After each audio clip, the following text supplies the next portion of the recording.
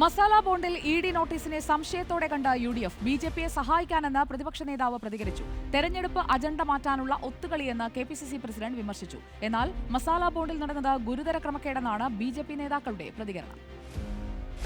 മുഖ്യമന്ത്രിയെയും CPM-നെയും ഭയപ്പെടുത്തി ബി.ജെ.പി അനുകൂല നിലപാട് സ്വീകരിക്കാൻ വേണ്ടിയാണ് ഇ.ഡി. നോട്ടീസെന്നാണ് പ്രതിപക്ഷ നേതാവിന്റെ വിമർശനം. ഇപ്പൊ ഇ.ഡി. 3 കൊല്ലം കഴിഞ്ഞിട്ട് ഈ തെരഞ്ഞെടുപ്പ് അടുക്കുമ്പോൾ നോട്ടീസ് അയച്ച എന്താണെന്ന് എനിക്കൊരു പിടിയും കിട്ടുന്നില്ല. ഇതിപ്പോ ലോക്കൽ ബോഡി ഇലക്ഷൻ നടക്കുന്നതിന്റെ ഒരു 10 ദിവസം മുമ്പ് നോട്ടീസ് അയച്ചിരിക്കുന്നതും CPM-നെയും മുഖ്യമന്ത്രിയെ ഒന്ന് പേടിപ്പിക്കുന്നതിന് വേണ്ടിയിട്ടാണ്. തിരഞ്ഞെടുപ്പ് അജണ്ട മാറ്റാനുള്ള ഒത്തുകളിയെന്ന് കെ.പി.സി.സി അധ്യക്ഷൻ.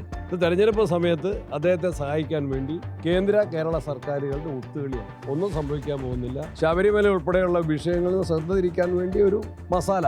ലാവ്ലിൻ കമ്പനിക്കുള്ള പ്രത്യുപകാരമാണ് മസാല ബോണ്ടെന്നായിരുന്നു രമേശ് ചെന്നിത്തലയുടെ പ്രതികരണം.